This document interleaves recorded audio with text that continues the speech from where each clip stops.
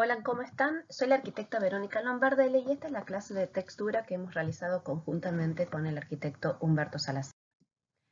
Nosotros venimos viendo desde el principio del trayecto del cursado de la materia el énfasis, el estudio y la centralidad que tiene la forma arquitectónica con sus elementos, función y técnica contenidas dentro de lo que es el contexto tangible e intangible que hacen a esa idea arquitectónica, a ese concebir de la arquitectura por arquitectas y arquitectos. Dentro del programa de la materia, nosotros nos encontramos ahora en el desarrollo de la dimensión material, donde están las variables cualitativas y las variables tecnológicas. Vamos a ver la textura, su aporte en la caracterización del espacio y del volumen. Usos en arquitectura. Para eso hemos estructurado la clase con la definición, su clasificación en textura visual, táctil, natural, artificial, orgánica, geométrica. Materialidad y materiales, textura en la forma arquitectónica, textura y la representación gráfica. Al final tendremos la bibliografía. Para empezar, ¿qué es esto de la textura? La comprendemos como un rasgo plástico perceptivo que se presenta como un sistema cuyos entes e intervalos mantienen una relación reiterativa que se expresa como estímulo captable por los sentidos. La textura es característica particular de las superficies externas de los objetos. Tienen valor como recurso plástico y factor comunicativo. En esto vamos a hacer hincapié, ya que ese factor comunicativo y ese recurso plástico hace referencia a esa dimensión material en la que estamos ubicados en la materia y a esta variable de cualificación del espacio arquitectónico y de esa forma arquitectónica.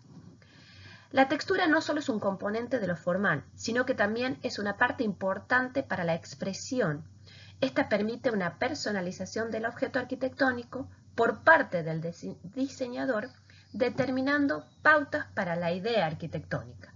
Cuando hablamos de esa pauta, y lo vamos a ver en el desarrollo de la clase, podemos pensar en enfatizar, en debilitar, en hacer transversal interactuar a las otras variables como luz-sombra, color y la generación propiamente dicha de efectos perceptuales, efectos atmosféricos de cada uno de esos espacios.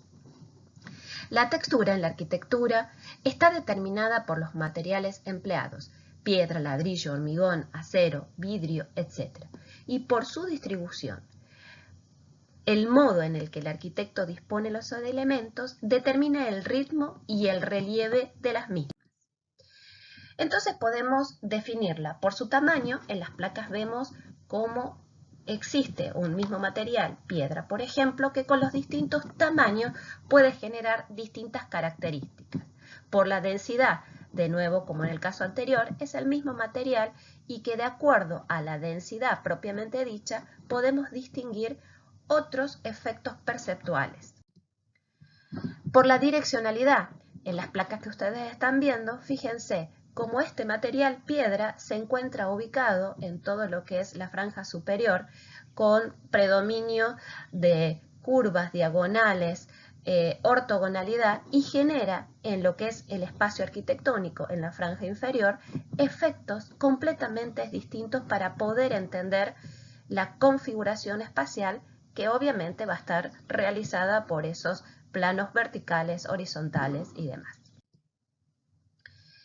La textura entonces la podemos entender, como decíamos, como por este rasgo plástico perceptivo, donde los entes y los intervalos, en este caso, por ejemplo, en obras de Eladio Dieste, el ente podrá ser el ladrillo y el intervalo la separación que se encuentra entre ellos. Y la ubicación creativa de estos elementos con los otros conceptos que vimos con anterioridad, la densidad, la direccionalidad, va a hacer que la resultante tenga infinitas posibilidades en esa percepción volumétrica y espacial. La clasificación de textura entonces. Podemos encontrar la textura táctil, y la vamos a entender como una textura tridimensional, la textura visual, que lo vamos a entender en la superficie bidimensional, según su origen, la textura natural y la textura artificial. La natural depende del material con que está hecho y la artificial modificada según la técnica que se utiliza. Según su uniformidad, tenemos la textura orgánica y la textura geométrica. En la orgánica, elementos semejantes dispuestos según la propia configuración de la materia. Y la textura geométrica, elementos iguales trazados de manera regular con una organización geométrica. Entonces, en la textura táctil hemos elegido, para ser representativo, algo que no es familiar, este basamento que tenemos del blog de la Facultad de Arquitectura, donde podemos entender ese material tridimensional y también podemos comprender otros rasgos como frío, cálido, la parte de la cohesión, blando, duro, elástico, compacto, la parte de la presión, suave, áspero, punzante. Y fíjense cómo este elemento, vuelvo a decir, en el basamento del blog de arquitectura, nosotros podemos entender estos rasgos simplemente con la ubicación y la colocación y el tratamiento de un material como ser el hormigón visto. En la textura visual, como hablábamos hace rato, lo entendemos en la superficie bidimensional y que va a conjugarse o a interactuar con las otras variables de la forma, con las otras variables de la cualificación, y vamos a poder comprenderla también tanto en la generación e interacción de la luz natural y la luz artificial. Para poder comprender esta textura visual, también van a tener algunos elementos a tenerse en cuenta.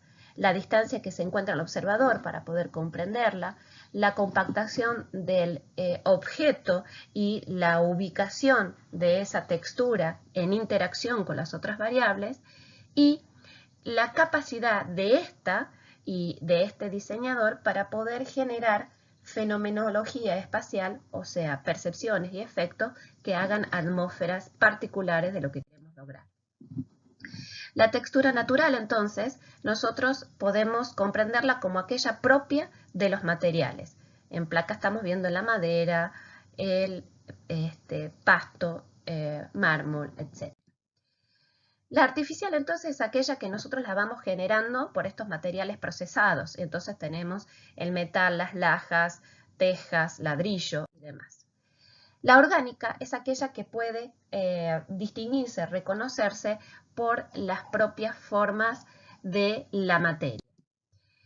Y la geométrica, como venimos hablando, quizás la podemos entender más en este proceso de cursado de la materia, donde también la textura puede ser generada por las variables geométricas que nosotros realizamos y los estudios que venimos haciendo, por ejemplo, de estructura del campo, estructura del envolvente y la generación de la misma para disponer la materialidad, los materiales y ubicación, supónganse, de aberturas.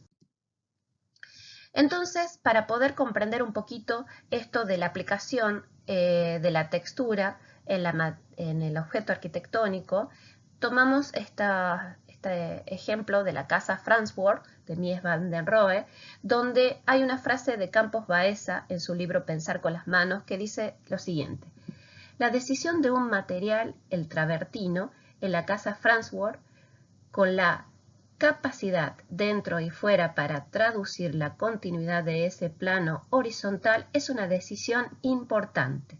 Es la herramienta de caracterización formal, la idea concretada a través de su materialidad. Esto quiere decir que la horizontalidad que tiene esta obra arquitectónica se encuentra completamente decidida por el énfasis que hace la textura y la materialización de esa textura en los distintos planos que componen la resultante formal. Entonces, para poder ir sintetizando lo que implica el uso de la textura como variable cualitativa, nosotros tenemos en este proceso que hacemos como diseñadores la abstracción de los conceptos de la geometría, la abstracción de los conceptos de la dimensión fenomenológica y la incorporación de sus variables cualitativas para debilitar, reafirmar y definir esa forma arquitectónica. La materialización de la forma arquitectónica la realizamos a través del conjunto de luz, sombra, textura, color, como herramientas interactuando con las dimensiones fenomenológicas y geométricas. La textura en la forma arquitectónica, y vamos a tomar un ejemplo, que es el Centro Cultural La Gota de Losada García Arquitectos en España. Fíjense ustedes que la resultante formal, en la imagen que estamos viendo hacia la izquierda, el conjunto parece una interacción de estos prismas que se encuentran descriptos formalmente por esta resolución de ladrillos y que va constituyendo llenos y vacíos que a medida que nos vamos acercando y vamos haciendo ese recorrido espacial, la textura va enfatizando sectores, va permitiendo la tensión de algunos otros. Este es el Museo del Tabaco. Entonces, mucho de lo que aparece en los elementos, en los planos que constituyen estos espacios, que tiene que ver con los distintos tipos de textura que hemos visto, orgánica, artificial, la textura táctil, la textura visual, se encuentra íntimamente relacionada como una resultante para generar una fenomenología particular en la función que tiene esta forma arquitectónica.